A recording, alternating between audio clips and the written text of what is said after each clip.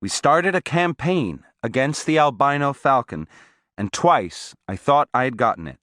It even dropped its prey, but it got away. It was too fast for me.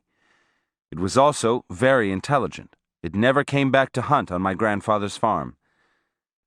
I would have forgotten about it had my grandfather not needled me to hunt the bird. For 2 months, I chased the albino falcon all over the valley where I lived.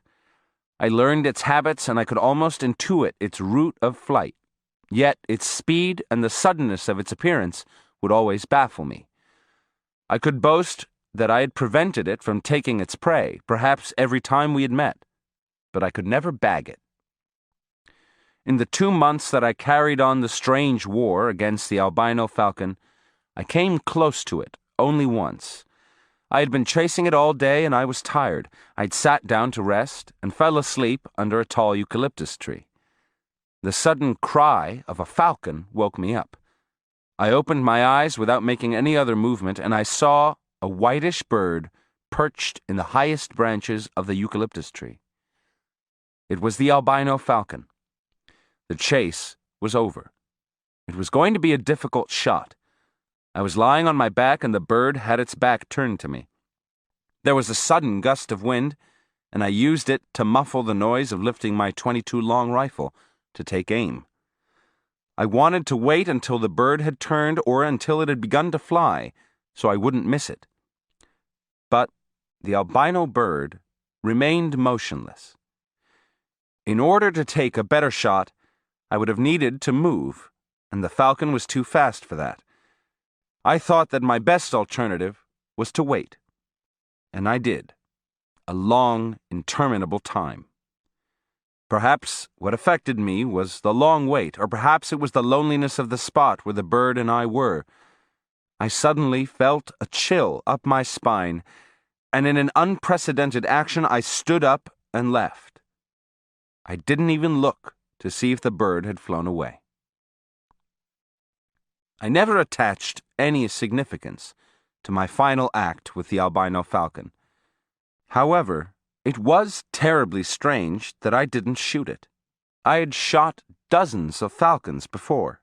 On the farm where I grew up, shooting birds or hunting any kind of animal was a matter of course.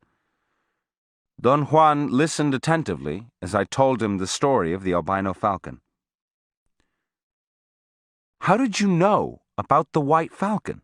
I asked when I had finished. "I saw it," he replied.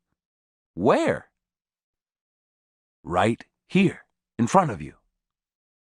I wasn't in an argumentative mood anymore. "What does all this mean?" I asked. He said that a white bird like that was an omen, and that not shooting it down was the only right thing to do. "Your death gave you a little warning," he said with a mysterious tone. "It always comes as a chill." "What are you talking about?"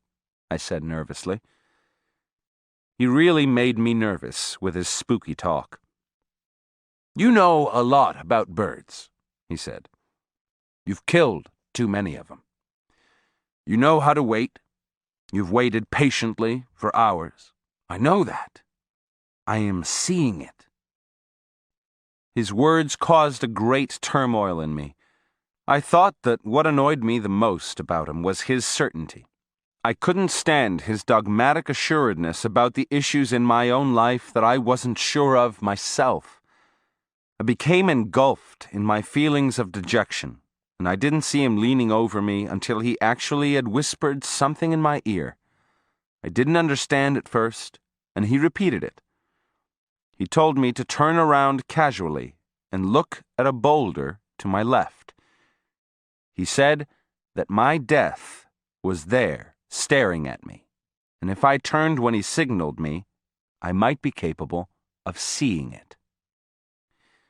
He signaled me with his eyes. I turned, and I thought I saw a flickering movement over the boulder. A chill ran through my body.